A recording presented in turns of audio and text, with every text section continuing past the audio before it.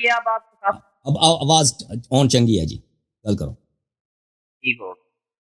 ہم کہہ رہے ہیں کہ پہلے کچھ اصول قواعد ضوابط طے کر لیں ٹھیک. کیونکہ وہ کہتے ہیں نا شکر بے مہار، اس طرح کی خلط محبت والی ماشاء اللہ آپ ماہر ہیں اچھا وہ نہ ہو جائے. اوکے. جس کا ہم نے کوئی آپ اپنے یعنی اصول بتاؤ ایک نا، ہم طرف آپ سے کے بات اصول شروع ہوتی ہے اور شروع سے قبول کرتے ہیں. ہاں ٹھیک ہو گیا. تو ویسے تو مطلب ہے موضوع طے ہوتا ہے، دعویٰ جواب دعویٰ وغیرہ طے ہوتا ہے، وقت کا اعتبار ہوتا ہے، دلائل وغیرہ دیکھ. میرا خیال ہے سب سے پہلے دلائل کی بات کر لیتے ہیں کہ میں جی جو جی دلائل طے کر لوں ان سے باہر میں نہیں جا سکتا، جو دلائل آپ مان لیں آپ طے کر لیں ان دلائل سے باہر آپ. ٹھیک ہے. جی جناب تو حکم کریں. ہمارے نزدیک آپ کو پتہ ہی ہے ادلہ اربع ہیں، 4 دلائل. ہوں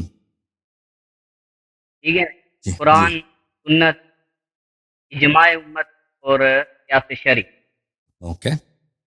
آپ کے نزدیک ان میں 2 ہی چیزیں ہیں جو حجت ہیں. ہمارے نزدیک جو حجت ہے میرے عزیز قرآن مجید ہے، بشرطے کہ قرآن کی آیت کسی مطلب میں متشابہ نہ ہو، صریح ہو.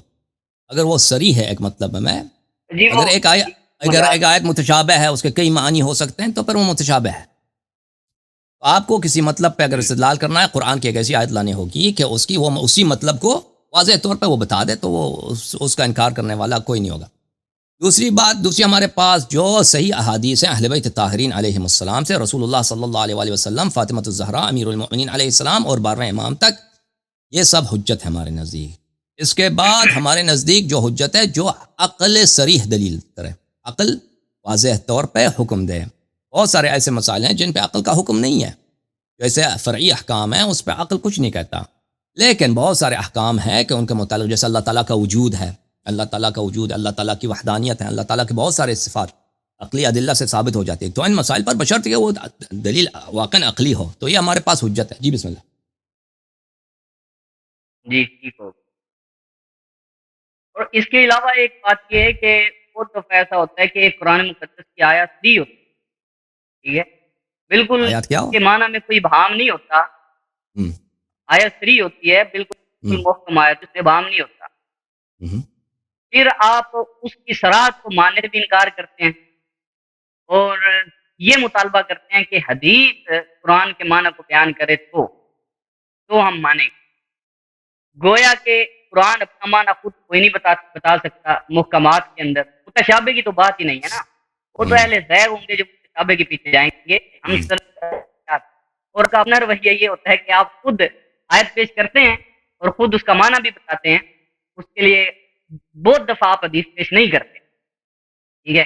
تو اس لیے ہم ایک بات یہ طے کر لیں کہ قرآن جو ہے یہ اپنا معنی خود بتاتا ہے. ٹھیک ہے. اس کو احتیاج نہیں ہے اپنے معنی کے بتانے کے لیے، کیونکہ یہ کوئی بے معنی چیز نہیں. ٹھیک ہے. ایک معنی رکھتا ہے قرآن اپنے اندر. لہذا ایک بات یہ طے ہو جائے، ہمارے نزدیک اہل سنت کے نزدیک روایات کا درجہ جو ہے وہ قرآن ہے. ٹھیک ہے. اور قرآن کے اوپر روایت حجت نہیں بنتی، یعنی قرآن کے خلاف. قرآن ایک بات کہہ رہا ہے اور روایت اگر اس کے خلاف ہو وہ ہمارے نزدیک حجت نہیں ہو سکتی. میرا خیال یہ ہے کہ منہج اہل بیت میں بھی ایسا ہی ہے. دیکھیں یہ کہ آپ ہم کہہ رہے ہیں کہ ہم قرآن کی کسی آیت کو جو اگر واضح الدلالہ ہے اس کو نہیں مانتے، تو آپ کو اس کی مثال پیش کرنی ہوگی. ہم نے قرآن کی کون سی واضح الدلالہ آیا ہے جو صریح ہے ایک معنی میں، اس کے اور معانی محتمل نہیں ہے، ہم نے اس کو رد کیا ہے. تو آپ اس کا کوئی مثال آپ پیش کریں. وہ اللہ ہوا ہم اگر قرآن میں متشابہات ہیں، اس کا کوئی بات ہی نہیں ہے. اب قرآن کے سب آیات اس طرح نہیں ہے کہ اس کے معانی واضح ہوں، اس کی تفسیر واضح مسئلہ یہ ہے کہ اور سب لوگ جانتے ہیں جنہوں نے تفسیر پڑھی ہے، ہر آیت کے ذیل میں اتنے اقوال ہیں کہ الا ماشاء اللہ کہ ان کا احاطہ کرنا، ان کو گننا وہ ناممکن ہے کسی بھی شخص کے لیے. کوئی کمپیوٹر پروگرام بھی لے کے بنائیں تو پھر بھی ناممکن ہے، کیونکہ اقوال اتنے زیادہ ہیں. بسم اللہ الرحمن الرحیم کے با سے آپ شروع کرتے ہیں، یہ با کس معنوں پر ہے، اور سین والناس تک اختلاف ہے مختلف آیات پر. اور آپ جو کہہ رہے ہیں کہ اس قرآن کو یہ قرآن بہت واضح ہے، یا قرآن بہت واضح ہے، اس کو کسی چیز کی ضرورت نہیں ہے، تو پھر اتنے لوگوں نے تفسیر کیوں لکھی ہے؟ تو اللہ تعالیٰ هو الذی بعث فی الامیین منہم یتلو علیہم آیاتی ویزکیہم. وَيُعَلِّمُهُمُ الْكِتَابَ وَالْحِكْمَةَ وَإِنْ كَانُوا مِنْ قَبْلُ لَفِي ضَلَالٍ مُبِينٍ. وہ جو نبی کریم صلی اللہ علیہ وسلم کے زمانے میں جو عرب تھے وہ سب فصیح تھے، نہایت ہی فصیح بھی کیا نہایت فصیح و بلیغ تھے، اور ان کو عربی سمجھنے میں کوئی پرابلم نہیں ہوتی تھی، عربی زبان سمجھنے میں. تو ان لوگوں کے لیے بھی اللہ تعالیٰ نے فرمایا هو الذی بعث فی الامیین رسولا منہم یتلو علیہم آیاتہ ویزکیہم ویعلمہم الکتاب والحکمہ. نبی صلی اللہ علیہ وسلم آیات کی تلاوت کرتے ہیں، تزکیہ کرتے ہیں، ویعلمہم الکتاب، اور لوگوں کو تعلیم کتاب دیتے ہیں، تعلیم کتاب. اب اتنے بخاری میں خود حدیث ہے، اتنی احادیث ہے کہ صحابہ کو، وہ سب صحابہ عرب تھے، صحابہ وہاں پہ پنجابی تھوڑی تھے، سندھی تھوڑی تھے، سب عرب تھے اور فصیح عرب تھے. وہ ایسے عرب فصیح تھے کہ ابھی جیسے ابھی ہمارے زمانے کے عرب ہیں، وہ بہت ہی محنت کریں، 10-15 سال پی ایچ ڈی کریں تو ان کی تھوڑی سی وہ ان کی فساد ان کو مل جاتی ہے. اس طرح فساد کے ساتھ نہیں بات کر سکتے جیسے اس زمانے میں عرب فصیح بولتے تھے کلام عرب کو. وہ جو ہیں وہ بخاری کی روایت آپ دیکھیں کہ وہ آیت ہے خیط اسود اور خیط ابیض ماہ رمضان میں، کہ صحابہ کو اتنا نہیں پتہ چلا کہ خیط ابیض اور خیط اسود سے کیا مراد ہے. یہ فجر کی جو روشنی ہے اس سے یہ مراد یہ ہوتی ہے. وہ داغا اپنے پیروں پہ باندھتے تھے اور سفید داغا سیاہ داغا دیکھتے تھے اس کو کہ اب روشنی اتنی بڑھ جائے، اس وقت تک کہتے ہیں روشنی اتنی بڑھ جائے کہ وہ سفید داغا اور سیاہ داغا نظر آنے لگے. تو ان کو اتنا نہیں پتا تھا بھائی، وہ عرب تھے. تو اس طرح نہیں ہے قرآن مجید، یہ قرآن مجید سب کو ہر لحاظ سے اس کی معلم کی ضرورت نہیں. اگر اس کی معلم کی ضرورت نہیں ہوتی، تفسیر کی ضرورت نہ ہوتی، تو اللہ تعالیٰ نے نبی کریم صلی اللہ علیہ وسلم کو مفسر قرآن، معلم قرآن کا درجہ کیوں عطا کیا؟ تلاوت کے علاوہ ان کے پاس تعلیم قرآن ہے، اور اس کے علاوہ اتنے تفاسیر لکھے گئے. یہ سب پاگل تھے جنہوں نے تفاسیر لکھے. قرآن خود واضح ہے، تفسیر لکھنے کی کیا ضرورت ہے؟ اب مشکل یہ ہے کہ آپ لوگوں کے ہاں، کیونکہ آپ نے سب روایات تفسیریہ جو رسول پاک صلی اللہ علیہ وسلم سے وہ سب آپ نے کھو دیا. آپ کے پاس کوئی حدیث ہے نہیں تفسیر میں پیغمبر پاک صلی اللہ علیہ وسلم سے، کوئی تفسیر ہے نہیں آپ لوگوں کے پاس، سوائے کچھ بہت ہی کم، 30 سے بھی کم ہے. پورے ان کے کتب میں جا کے دیکھیں 30 سے بھی کم ہے ان کے پاس تفاسیر. ان کے کتب میں تفاسیر موجود ہے بنی اسرائیل کی اسرائیلیات، لیکن رسول پاک صلی اللہ علیہ وسلم کی تفسیر نہیں. تو اسی لیے کہتے ہیں نا کہ ہمیں حدیث کی ضرورت نہیں ہے. جی ہمیں بول دیا کہ ہمیں حدیث کی ضرورت نہیں. یہ ہم نے نہیں کہا کہ آپ کوتان باندھ رہے ہیں، ٹھیک ہے، قرآن سمجھنے کے لیے ہمیں حدیث کی ضرورت نہیں، آپ نے خود کہا. لیکن میں بتاتا ہوں نا، نہیں میں بتاتا ہوں قرآن مقدس کی آیات بینات، سورہ مریم کی 97 نمبر آیت ہے فَإِنَّمَا يَسَّرْنَاهُ بِلِسَانِكَ. اللہ نے کہا کہ ہم نے قرآن کو آپ کی زبان میں بڑا سہل بنایا ہے، آسان بنایا. پھر سورہ شعراء میں کہا بِلِسَانٍ عَرَبِيٍّ مُبِينٍ، کہ قرآن ایسی عربی زبان میں جو بڑی واضح ہے. پھر دیکھیے قرآن عربیًا غیر ذی عوج، کہ قرآن عربی ہے جس کے اندر کوئی یعنی بھول نہیں ہے، ایسی بات نہیں ہے جو کسی بندے کی سمجھ میں آنے والی نہیں. باقی والا قد یسرنا القرآن للذکر، قرآن کو اللہ نے ذکر کے لیے، نصیحت حاصل کرنے کے لیے آسان بنایا. بات یہ ہے کہ جو آپ نے وہ دھاگے والی مثال دی ہے وہ ایک کنایا ہے. تو کنایا کا معنی متعین کرنے کی تو وحی کے ذریعے سے رسول اللہ صلی اللہ علیہ وسلم کے واسطے سے ضرورت تھی. کنایا سری نہیں، آپ نے جو مثال کی ہے وہ سری آیت نہیں دی ہے، وہ کنایا کی. یہ کنایا سری نہیں ہوتا، آیت سمجھنے میں محتاجی نہیں ہے حدیث کی. کنایا ہو جہاں پہ مجاز ہو وہاں پہ سمجھنے کی ضرورت ہو سکتی ہے. لیکن ہم بات یہ کر رہے ہیں جیسا کہ آپ نے کہا کہ قرآن کی آیت سری ہو، ٹھیک ہے، قرآن کی آیت سری ہو، تو ہم بھی یہ کہتے ہیں کہ قرآن کی آیت سری ہو.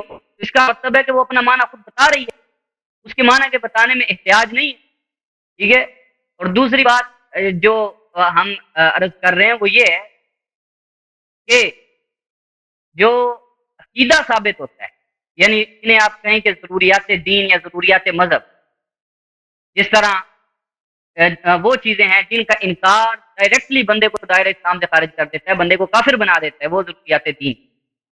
ان ضروریات دین کا ثبوت کیسے ہوگا، کیسے ثابت ہوں گی؟ اس کے لیے دلائل کس درجے کے چاہیے ہوتے. وہ آپ کے پہلے ایک وہ مناظر صاحب ہے، پتہ نہیں مناظر ہے بھی یا نہیں ہے، کہ عزرک نقوی جس سے آپ کی بھی بات چیت ہوئی ہے.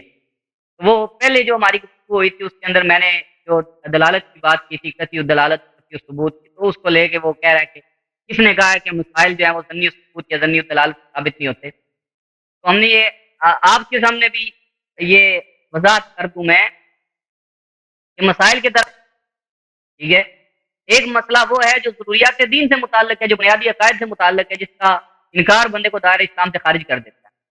ایک مسئلہ وہ ہے جس کا تعلق ضروریات دین کے ساتھ نہیں ہے، ٹھیک ہے، اس سے نچلے درجے کے ساتھ.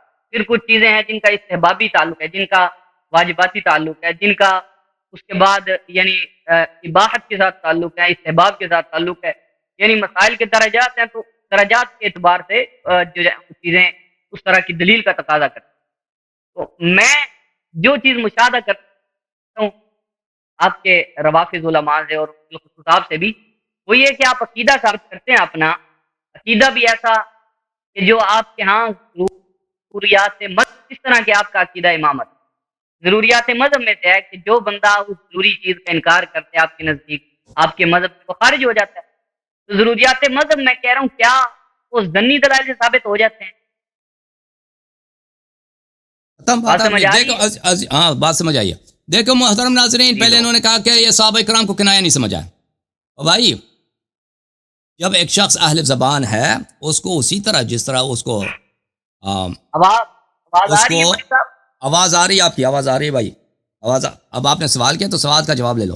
جس طرح اس کو الفاظ کے حقیقی معنی آتے ہیں، لازمی ہے کہ اس کو آتے ہوں، اس کو مجازی معانی بھی آتے ہوں. یہ کہتے ہیں کہ صحابہ کو پتہ نہیں چلا یہاں پہ داغے سے کیا مراد ہے. دیکھیں اگر ایک شخص اردو جانتا ہے، اس نے اردو ادب پڑھا ہے، اقبال کے ایک شعر اس کے سامنے رکھ دیں، نہیں ہے قص سلطانی پہ نشیمن تیرا، تو شاہی ہے بسیرا کر پہاڑوں کی چٹانوں پر. اب یہ کوئی بیوقوف ہے کہہ سکتا ہے کہ بھئی یہ اس کو ہمیں سمجھ نہیں آئی کہ اس کا مخاطب کون ہے، یہ واقعاً کسی پرندے سے بات کر رہا ہے، یہ واقعاً یہ شاہی سے مراد، اقبال کے نزدیک شاہی سے مراد کیا ہے. یہ تو کہ ایک بیوقوف ہوگا جو کہے گا کہ ہمیں اس کے لیے یہ ہمیں نہیں سمجھ آ سکتی، ہمیں اردو زبان آتی ہے لیکن ہمیں یہ نہیں سمجھ آتی. جو بھی شخص اس کو اردو زبان اچھی طرح آتی ہے، وہ فصیح ہے اردو زبان میں، اس کو بتانے کی ضرورت نہیں ہے کہ یہاں پہ اقبال کا جو مخاطب ہے شاہی، وہ کوئی پرندہ نہیں ہے، وہ افراد ہیں، وہ انسان ہے. اور یہ یہاں پر ایک استعارہ ہے، ٹھیک ہے نا. اب آپ جو کہہ رہے ہیں کہ صحابہ کو نہیں سمجھ آئے، صحابہ سب فصیح تھے، صحابہ سب فصیح تھے، ان کو قرآن کا استعارہ نہیں سمجھ آیا. قرآن کا یہاں پر تک کہ وہ دیکھا کہ وہ اپنے روزے وہ باطل کراتے تھے، اس وقت تک وہ کھاتے رہتے تھے اور پیتے رہتے تھے کہ جب تک سیاہ اور سفید داغا جو پیر میں باندھے ہوئے ہیں وہ نظر نہ آئے ان کو. اور پھر اس کا مطلب یہ نہیں ہے کہ اگر کوئی زبان جانتا ہے تو اس کو کنایا سمجھنا اس کے لیے ضروری نہیں ہے. یہ زبان جاننے کے اور زبان پہ عبور حاصل کرنے کے یہ کہ اجزاء میں سے ہے کہ آپ کو اس زبان میں جو کنایات ہیں، جو اشارات ہیں، جو لطائف ہیں، جو استعارات ہیں وہ آتے ہوں. اگر آپ کو یہ استعارات، تماثیل وغیرہ نہیں آتے تو آپ کو وہ زبان نہیں آتی. قرآن آپ نے کچھ آیات پڑھی ہیں کہ قرآن زبان عربی مبین ہے، زبان عربی مبین ہے، لیکن یہی زبان عربی مبین فصیح عرب کو نہیں سمجھ آتی تھی. اسی لیے رسول اللہ صلی اللہ علیہ وسلم کو معلم قرآن بنایا. بھائی آپ مجھے بتائیں اگر معلم کی ضرورت نہیں ہے تو اللہ نے یہ فضول کام کیوں کیا؟ وَيُعَلِّمُهُمُ الْكِتَابَ وَالْحِكْمَةَ، تو ان کو معلم بنا کر بھیجا قرآن کا. آپ نے کہا کہ یہ قرآن عربی مبین ہے، یہ عربی. اس کے بعد آپ آیا بھول گئے کہ اللہ تعالیٰ سورہ مبارکہ عنکبوت میں فرماتا ہے بل ہوا آیات بینات فی صدور الذین اوتوا العلم. یہ ہر ایک کے لیے آیہ بینہ نہیں ہے، بل ہوا آیات بینات، یہ آیات بینات ہیں، ہر ایک کے لیے نہیں. فی صدور الذین اوتوا العلم، ان لوگوں کے لیے جن کا علم اللہ کی جانب سے ہے. صحابہ کا علم اللہ کی جانب سے نہیں ہے. صحابہ کو یہ سمجھ نہیں آتا کہ وہ پھنس گئے اپنی ہی زبان میں کہ داغے سے کیا مراد ہے، ٹھیک ہے نا. وہ اشتہار کر رہے ہیں، اپنی روزہ خراب کر رہے ہیں. آپ کے صحابہ کرام کی تو یہ حالت ہے. لیکن یہ آیات بینات فی صدور الذین اوتوا العلم. لیکن میں نہیں سمجھتا کہ آپ اس بات کے مخالف ہیں کہ قرآن میں متشابہات موجود ہیں. جب متشابہات موجود ہیں، اور میں بھی معترف ہوں کہ سب قرآن متشابہ نہیں ہے، لیکن یہ کون سا آیا متشابہ ہے، کون سا آیا محکم ہے، اس میں کسی نے فیصلہ تو نہیں کیا. یہ کوئی اجماعی مسئلہ تو نہیں ہے. وہ ہر آیت کو دیکھنا ہوگا کہ کیا اس آیت کے ذیل میں کتنے محتملات ہیں. اگر ایک آیا ایسا ہے کہ اس کے کوئی اور احتمال ہے ہی نہیں ہے تو وہ محکم ہے. اگر اس کے احتمالات کئی ہیں تو وہ متشابہ ہے.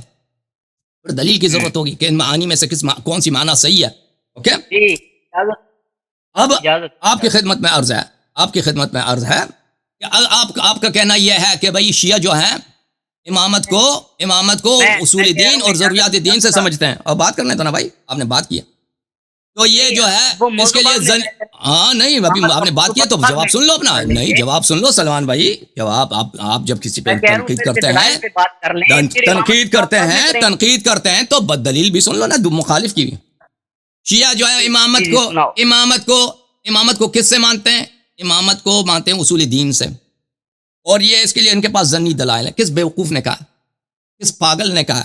شیعہ کہتے ہیں کہ یہ ظنی، ان کے پیشیوں کے پاس ظنی دلائل ہے۔ ہم میرے محترم ناظرین، ہم فروع دین میں بھی ظنیات کو حجت نہیں سمجھتے بھائی، ہم فروع میں ظنیات کو حجت نہیں سمجھتے۔ ان الظن لا یغنی عن الحق شیئا، شیعہ محققین کے نزدیک، نہ شیعہ مجتہدین کے نزدیک۔ شیعہ مجتہدین وہ خبر واحد کے قائل ہیں، فلان فلان کے قائل ہیں۔ شیعہ محققین کے نزدیک، شیعہ محدثین کے نزدیک، ان الظن لا یغنی عن الحق شیئا، یہ قرآن مجید کا جب حکم ہے کہ ظن چاہے فروع میں ہو چاہے اصول میں ہو، ظن حق کو ثابت نہیں کر سکتا۔ آپ کے گمان سے کوئی چیز ثابت نہیں ہوتی۔ ثابت کا مطلب ہی کیا ہے؟ ثابت کا مطلب یہ نہیں کہ واضح ہو، سامنے ہو۔ یہ ظن کا مطلب ہی یہی کہ ثابت نہیں ہے۔ تو ظن اور ثابت ہونا، ظن اور حجت ہونا، یہ ایک ساتھ ہو ہی نہیں سکتے۔ اگر ظن ہے تو حجت نہیں ہے، اگر حجت ہے تو ظن نہیں ہے۔ اب اجازت تو ہم یہ بات ہے ساری آپ کی، میں سمجھتا ہوں میں ایک مجھے بات کرنے دو۔ اب آپ جو کہ جلد بات کرنے دیں گے تو جلدی ہوگا نا بھائی۔ آپ جو گیم کھیل رہے ہیں مجھے بخوبی پتہ ہے۔ جو قوم اس کی اپنی کتب میں، اس کے اپنے اکابر نے، ٹھیک ہے عزیزو، یہ ان کا سب کچھ ظنی ہے۔ ان کا قرآن ظنی، ان کی سنت ظنی۔ وہ مجھ سے پوچھو کہ کیسے ظنی ہے؟